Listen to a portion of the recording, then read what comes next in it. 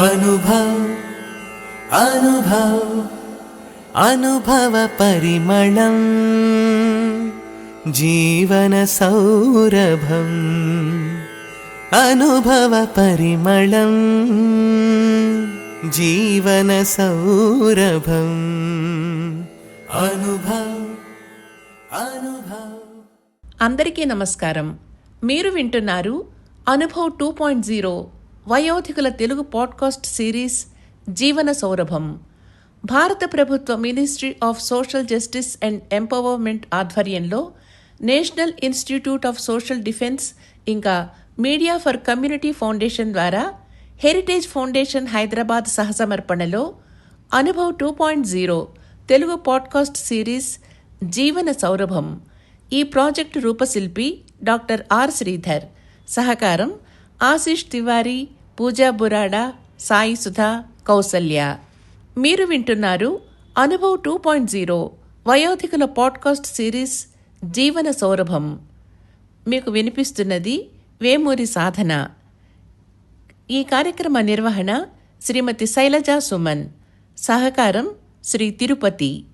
ఆరోగ్య సమస్యల ప్రస్తావన వచ్చినప్పుడు ప్రముఖంగా వినిపించేది హైపర్ టెన్షన్, డయాబెటీస్ గురించి. డయాబెటీస్ని మధుమేహం, చక్కెర వ్యాధి అని వాడుక భాషలో అంటాం. వృద్ధులలో డయాబెటీస్ అంటే మధుమేహం ఉన్నవారు తీసుకోవలసిన జాగ్రత్తల గురించి Apollo hospital diabetologist doctor MS Rajeshwar Shastri గారితో పరిచయ కార్యక్రమంలో తెలుసుకుందాం. ఈ కార్యక్రమాన్ని నిర్వహించిన వారు శ్రీమతి శైలజా సుమన్. నమస్కారం డాక్టర్ గారు.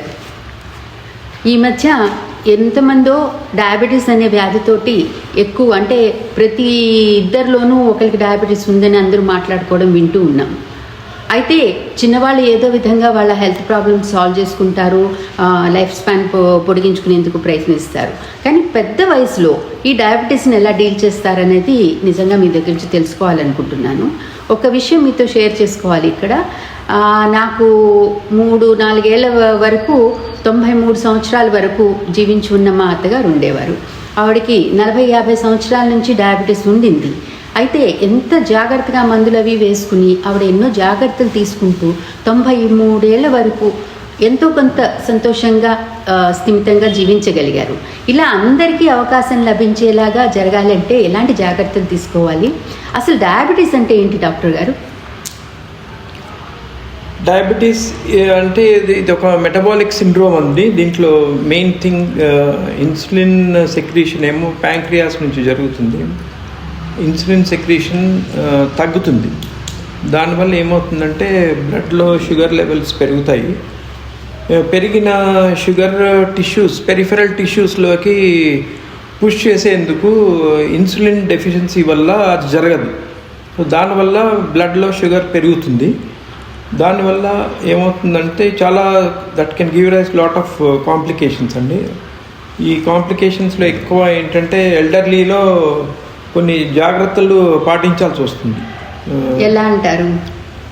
తర్వాత ఇంకొకటి డయాబెటీస్ ఫస్ట్ డయాగ్నోసిస్ కూడా HbA1c బ్లడ్ టెస్ట్ బట్టి చేయొచ్చు.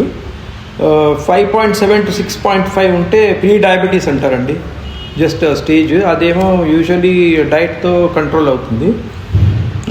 Above 6.5 full blown diabetes. So దానికి మందులు వాడాల్సి వస్తుంది, డైట్ ఫాలో చేయాల్సి వస్తుంది. సో దీంట్లో ఎల్డర్లీలో మోస్ట్ కామన్ థింగ్ ఏంటంటే వాళ్ళు యూజువల్గా ఈ స్కిన్ కేర్ అండి, వాళ్ళు ఎక్కువ ఈ మాయిశ్చర్ వాటికి ఎక్స్పోజ్ అయిన తర్వాత అల్సరేషన్ ఛాన్స్ అది ఉంటుంది. తర్వాత ఎబ్రేషన్స్ ఫామ్ కావచ్చు, తర్వాత క్రాక్స్ ఫామ్ కావచ్చు ఫీట్లోను, లెగ్స్లోను. సో అల్సర్ కేర్ ఏమో తొందరగా ది అర్లియస్ట్ చేసుకోవాల్సి వస్తుందండి. తర్వాత అల్సర్ కేర్ కూడా ఆర్టీరియల్ అల్సర్స్ ఉండొచ్చు, వీనస్ అల్సర్స్ ఉండొచ్చు. సో దానికి తగ్గట్టు వాళ్ళు ట్రీట్మెంట్ కూడా తీసుకోవాల్సి వస్తుంది. తర్వాత ఐ కేర్ ఒకటండి. ఐ కేర్ ఎల్డర్లీలో ఈ డయాబెటీస్ ఉన్న వాళ్ళకి నార్మల్గా గ్లాసెస్ అవి రెగ్యులర్గా చెకప్కి వెళ్ళాల్సి వస్తుంది విజన్ టెస్టింగ్కి. సో గ్లాసెస్ అవి నార్మల్గా ఈ హై బ్లడ్ షుగర్స్లో వాటిలో గ్లాసెస్ చాలా ఫ్రీక్వెంట్గా మారుతూ ఉంటాయి. సో దానివల్ల ఏమవుతుందంటే వీళ్ళకి ట్యూబ్ సరిగ్గా ఉండదు, తర్వాత సడన్ ఫాల్స్ ఉంటాయండి. చూపు సరిగా లేకపోవడం వల్ల సడన్ ఫాల్స్ ఉంటాయి. ఆ ఫాల్స్ వల్ల they have some breaks, bone break కావచ్చు. దానివల్ల హీలింగ్ కూడా డయాబెటీస్లో చాలా డిలే అవుతుంది. సో ఇవన్నీ ఫర్దర్ థింగ్స్ ఉంటాయి. డాక్టర్ గారు, యాక్చువల్లీ ఇందాక మీరు డైట్ కంట్రోల్ అంటూ ఉన్నారు. సామాన్యంగా అనుకుంటారు డయాబెటీస్ ఉంటే గబుక్కున అన్నం తినకూడదు, వీట్ ఎక్కువ తినాలి అని అనుకున్నట్టు ఇలాంటివి అనుకుంటారు. కొన్ని పళ్ళు అవి కూడా తినరు, మామిడి పళ్ళు, అరటి పళ్ళు కూడా తినరు. మీ ఉద్దేశంలో ఏ విధంగా డైట్ కంట్రోల్ చేయగలిగితే బాగుంటుందంటారు? ఈ డైట్ కంట్రోల్ యాక్చువల్గా ఒక్కొక్క ఫుడ్ స్టఫ్కి ఒక్కొక్క గ్లైసిమిక్ ఇండెక్స్ అంటారండి. గ్లైసిమిక్ ఇండెక్స్ ఎక్కువ ఉన్న వాటిని ఫుడ్స్ని ఎంత తక్కువ వాడితే ఎంత మంచిది. అంటే లైక్ డయాబెటిక్స్లో స్వీట్స్, తర్వాత రైస్లో కూడా గ్లైసిమిక్ ఇండెక్స్ ఎక్కువ ఉంటుంది. ఇటువంటిది కొంచెం తక్కువ మోతాదులో వాడితే బాగుంటుంది. Sweets as far as possible avoid చేస్తే మంచిది. తర్వాత కొన్ని ఫ్రూట్స్ ఏమో వాటిలో కూడా గ్లైసిమిక్ ఇండెక్స్ ఎక్కువ ఉంటుంది. లైక్ బనానాస్, మ్యాంగోస్, వీటన్నిటిలో కొంచెం ఇదిగా ఉంటుంది షుగర్స్. సో దీన్ని అవాయిడ్ చేయాలి. నేను పపాయ లాంటి ఫ్రూట్స్ తీసుకోవచ్చు అండి. పపాయాలో గ్లైసెమిక్ ఇండెక్స్ తక్కువ ఉంటుంది.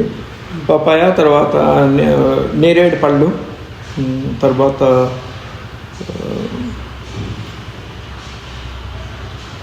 అంటే మిగతా రకాలైన పళ్ళు అంటే ముఖ్యంగా మ్యాంగో, బనానా, వీటిని కాకుండా మిగతావి ఆరెంజ్ అవి తినచ్చు అండి.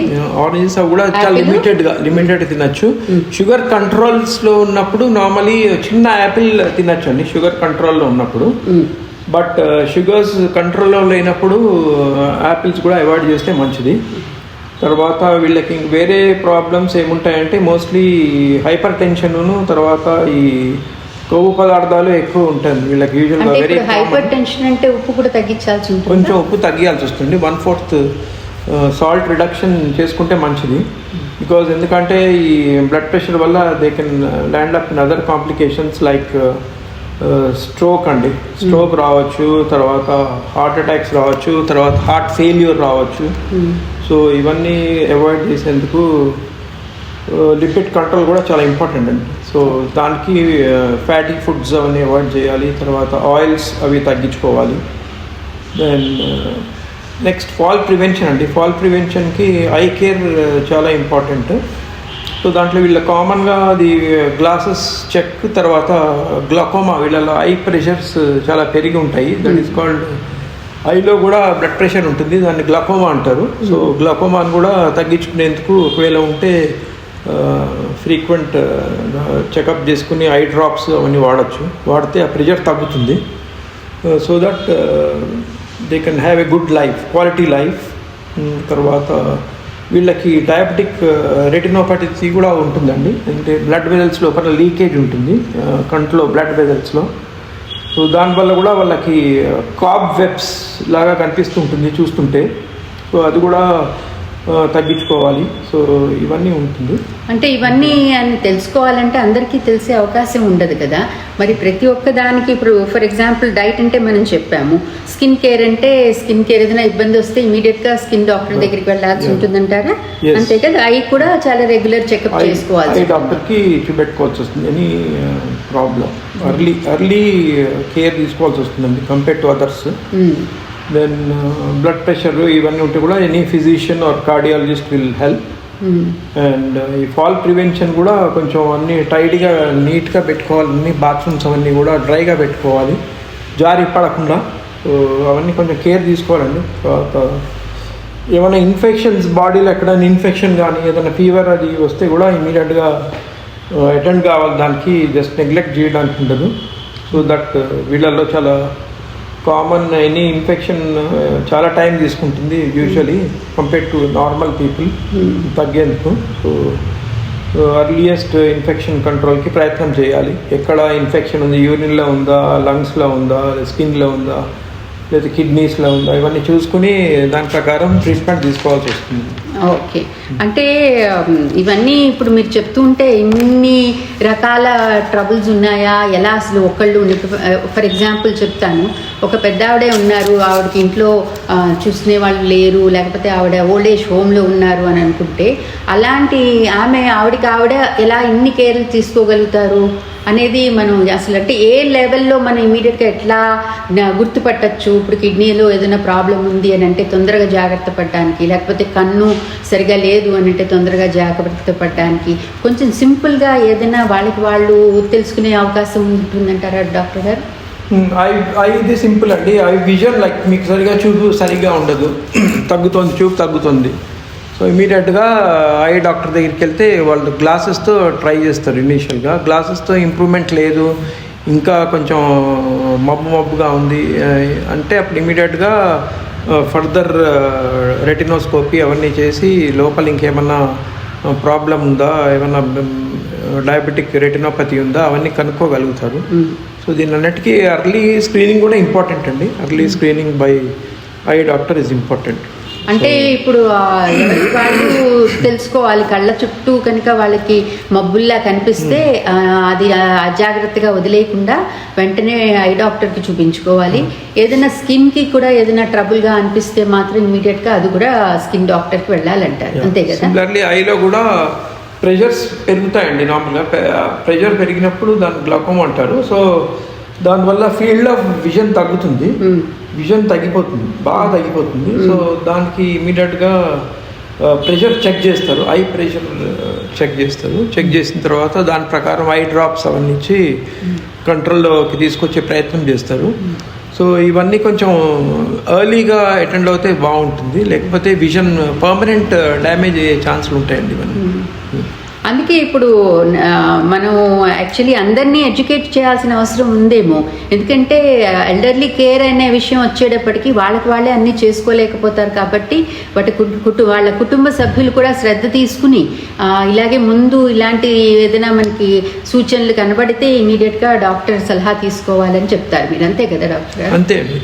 తర్వాత షుగర్తో పాటు కొలెస్ట్రాల్ కూడా కంట్రోల్ చేసుకోవాలి. ఎందుకంటే కొలెస్ట్రాల్ కూడా చాలా పెద్ద రోల్ ప్లే చేస్తుంది అన్ని ఈ కాంప్లికేషన్స్లో వాటిలో, ఇంక్లూడింగ్ హార్ట్ ప్రాబ్లమ్, స్ట్రోక్, వీటన్నిటికి కూడా కొలెస్ట్రాల్ చాలా పెద్ద రోల్ ప్లే చేస్తుంది. అది కూడా కంట్రోల్లో ఉంచుకోవాలి. షుగర్స్తో పాటు అది కూడా ఒక ఎవ్రీ 6 months చెక్ చేసుకుని కంట్రోల్లో ఉండేటట్టు చూసుకోవాలండి.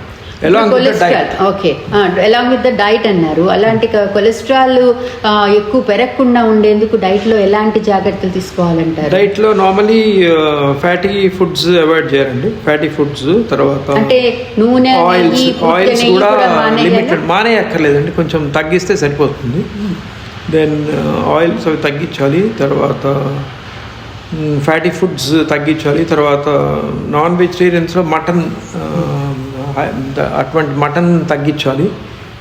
తర్వాత ఫిష్ తీసుకోవచ్చు అండి. ఫిష్ ఒమేగా ఫ్యాటీ యాసిడ్స్ ఉంటాయి, so it's very good for health, అది ఎక్కువ తీసుకోవచ్చు. దెన్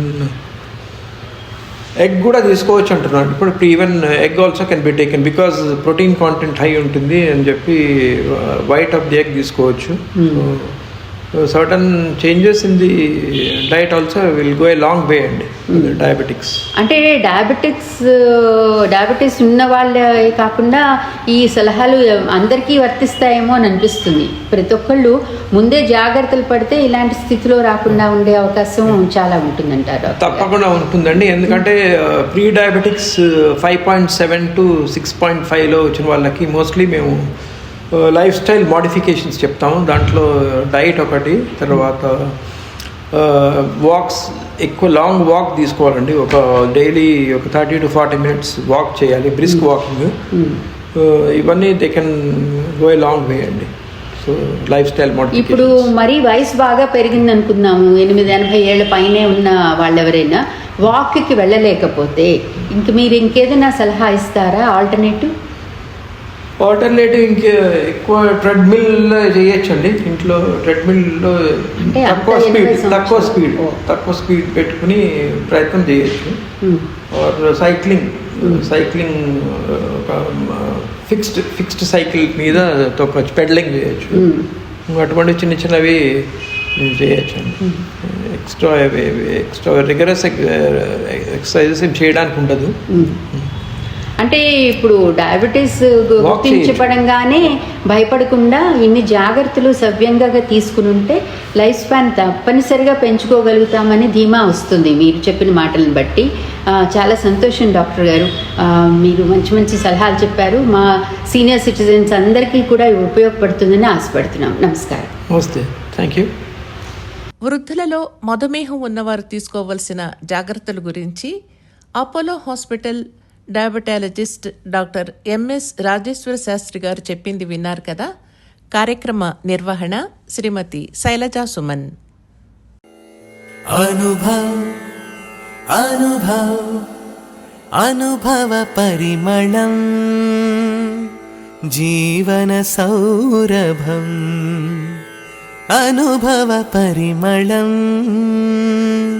జీవన సౌరభం అనుభవ్ అనుభవ్. సీనియర్ సిటిజన్లకు సంబంధించి ఏదైనా సహాయం కోసం పనివేళ్లలో 14567 గుర్తుంచుకోండి, 14567 ఈ ఎల్డర్ లైన్ హెల్ప్ లైన్ను సంప్రదించండి. ధన్యవాదాలు.